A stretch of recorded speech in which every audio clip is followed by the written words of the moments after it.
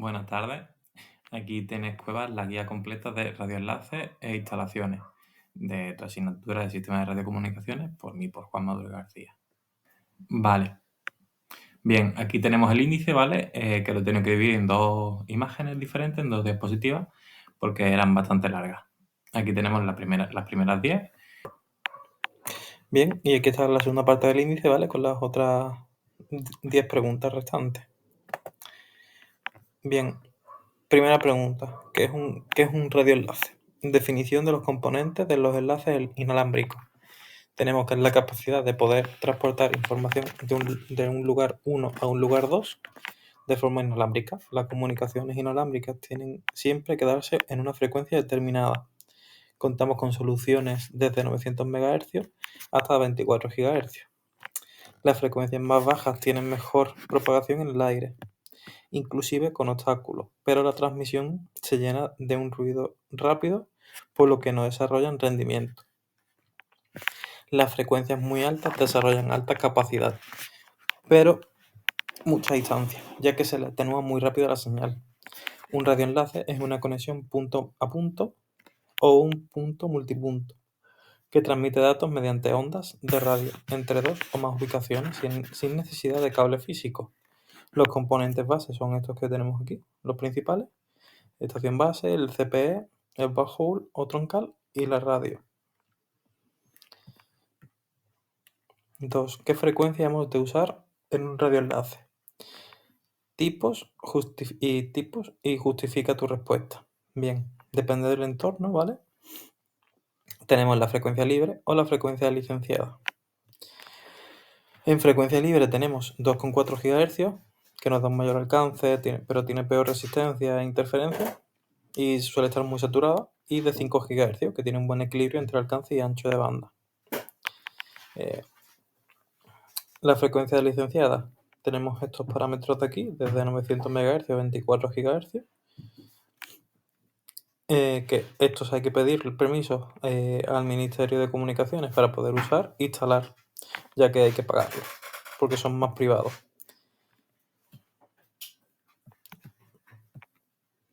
Bien, la frecuencia libre no requiere licencia porque son bandas abiertas al público, generalmente, diseñadas para uso compartido. Su regulación mediante límites de potencia y normas técnicas para evitar interferencias. Por eso podemos instalar equipos en estas bandas sin pagar ni solicitar permiso, siempre que respetemos estas normas. Las frecuencias licenciadas son bandas reservadas por los gobiernos para operadores, backhaul y telecomunicaciones críticas o servicios especiales.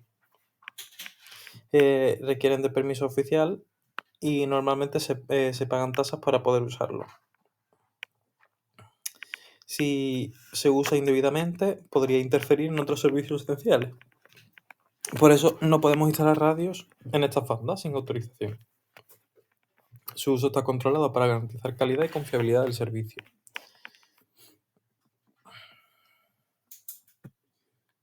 Bien, líneas de vista, definición, características y cómo se establece. Bien, la línea de vista es el espacio directo y libre por donde se van a propagar las ondas de radiofrecuencia entre el transmisor TX y el receptor RX. Permiten confirmar si un enlace inalámbrico tendrá éxito y si se puede predecir su rendimiento. Sin línea de vista clara, es prácticamente imposible garantizar un enlace estable. Sus características, pues, es necesario para la mayoría de enlaces de radio, especialmente de punto a punto y punto multipunto de alta frecuencia. No basta con la vista humana de la trayectoria. Se debe considerar la primera zona de Fresnel, una zona elíptica alrededor de la línea recta que debe estar libre de obstáculos para evitar pérdida de señal. Si existen obstáculos, pues la onda puede atenuarse, reflejarse o refractarse, lo que degrada la calidad de la señal y reduce una modulación posible. Se establece realizando estudios topográficos de los puntos A y B y utilizando herramientas de planificación de enlaces como Link Partner de Ubiquiti o simulaciones de Fresnel, ajustando altura de torre, antenas y estructuras para garantizar la trayectoria de propagación esté libre de obstáculos. confirmando visualmente los lados y midiendo posibles interferencias o barreras.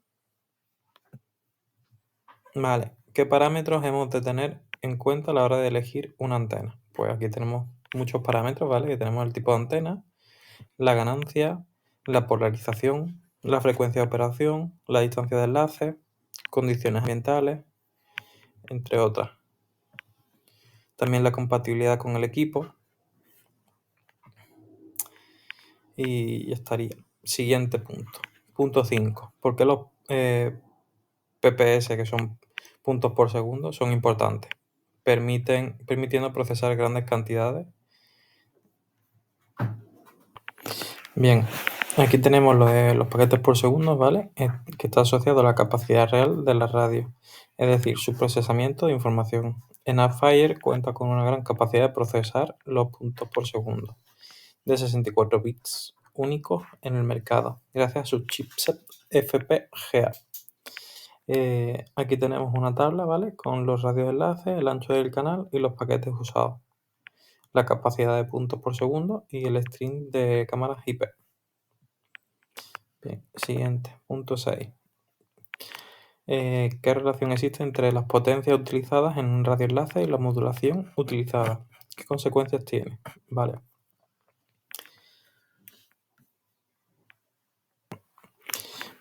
Bien, la potencia utilizada es un radioenlace que determina la intensidad de la señal recibida. A mayor potencia, la señal llega más fuerte al receptor y permite mantener modulaciones más altas, lo que se traduce en mayor throughput y velocidad de transmisión.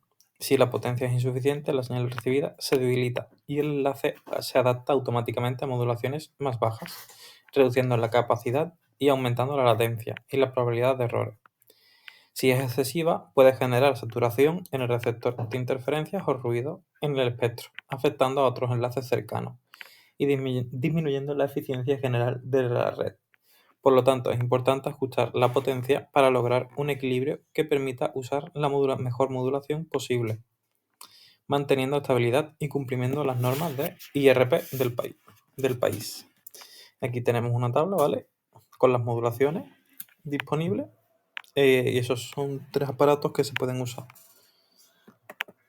Bien, 7. Aspectos a tener en cuenta cuando configuramos la potencia TX en una antena. Pues los parámetros a configurar de la antena TX son que cumpla la normativa EIRP, la distancia del enlace, el tipo de antena de ganancia, ¿vale? Entorno y posibles interferencias, la verificación de la señal real y una optimización de modulación y throughput. Aquí tenemos 2 imágenes, ¿vale? En la primera, que es la de arriba, tenemos mucha potencia, por ende nos darían fallos a la hora de hacer bien los cálculos de potencia, y pues la constelación pues se ve como muy abierta. Y abajo tenemos una potencia ideal que se ve claramente en las constelaciones que los puntos están mucho más juntos, que es como debería ser. Vale, seguimos con esta.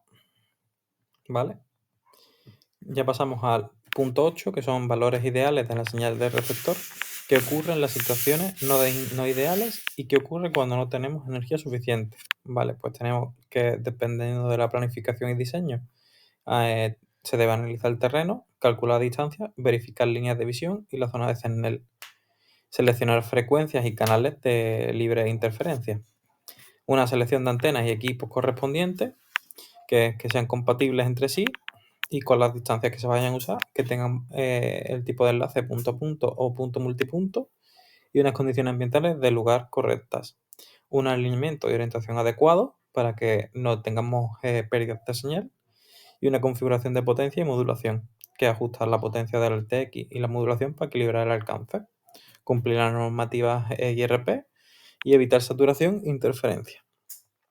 Aquí tenemos otra imagen de la presentación del hombre y su información. Vale, seguimos. También hay que tener una gestión del canal y espectro adecuado, elegir un ancho de canal adecuado donde no tengamos tanto ruido y evitemos interferencias para optimizar el rendimiento. Una prueba y mediciones adecuado para medir el nivel de señal y que los enlaces cumplan los parámetros de diseño. Una protección y un mantenimiento adecuados también para asegurar el cableado de que sea de calidad, una alimentación estable y un puesto a tierra. Y proteger todo lo posible contra descarga y contra situaciones climáticas adversas. Y una documentación y un seguimiento adecuado, que son registrar parámetros de instalación, la ubicación de las antenas, la frecuencia y todo lo relacionado con el mantenimiento. 9. Energía de señal mínima y modulaciones. ¿Cómo lo afecta? Vale, pues tenemos que la energía mínima de señal es el nivel mínimo de potencia recibida que necesita una radio para poder interpretar correctamente los datos utilizados. Una modulación determina cada modulación requiere un nivel mínimo distinto. Cuanto más alto es la modulación, mayor es la exigencia de señal y la relación ruido. Afecta. ¿Cómo puede afectar? Pues si la energía recibida es suficiente, el equipo puede usar modulaciones altas, lo que permite una mayor velocidad y capacidad. Si la energía está por debajo, necesita que el radio baja automáticamente. La modulación puede poder mantener estabilidad, reduciendo el throughput, aumentando la latencia y generando posibles errores de transmisión. Si la energía es demasiado baja, el enlace puede volverse inestable o incluso perderse por completo. Aquí pues tenemos una tabla, ¿vale?, de señales mínimas sacadas del vídeo con sus parámetros adecuados, su modulación y las capacidades, desde las más altas a las más bajas. Vale, 10. Un ancho de canal apropiado. Justifica tu respuesta. El ancho de canal apropiado es aquel que permite alcanzar el equilibrio entre capacidad de enlace, estabilidad y calidad de la señal normativa. Normalmente se selecciona el ancho más estrecho posible, que permite cumplir los requisitos de velocidad de enlace. Aquí tenemos una tabla con los más adecuados, ¿vale?, desde más alto a más bajo, y una exposición de ancho de canal grande, que básicamente un ancho de canal más pequeño siempre ayudará en la estabilidad del enlace, pero sacrifica la capacidad y hay que buscar un equilibrio. Como se puede ver en el gráfico, pues tenemos las señales de 20 MHz y una interferencia aquí en rojo que afectaría a la señal y esto afectaría a todas las demás, que es lo que pone aquí. Bien, seguimos. Un canal más ancho permite mayor velocidad teórica, pero también capta más ruido e interferencia, lo que reduce la calidad del enlace y obliga a bajar la modulación. En cambio, un canal más estrecho ofrece mayor estabilidad, menos interferencia, mejor relación señal-ruido y una mayor probabilidad de mantener modulaciones altas. Por esta razón, solo se debe usar canales muy anchos en entornos limpios y con una buena señal y una mayor de instalaciones se opta por ancho de canal moderados, que aseguran estabilidad y rendimiento constante. Aquí tenemos las características, ¿vale?, de los equipos adecuados que están usando, del iOS, los bits que usan del rendimiento, ¿vale?, y sus señales que están aquí. Que hay una diferencia de 3 dBm de diferencia entre la señal 1 y la señal 2.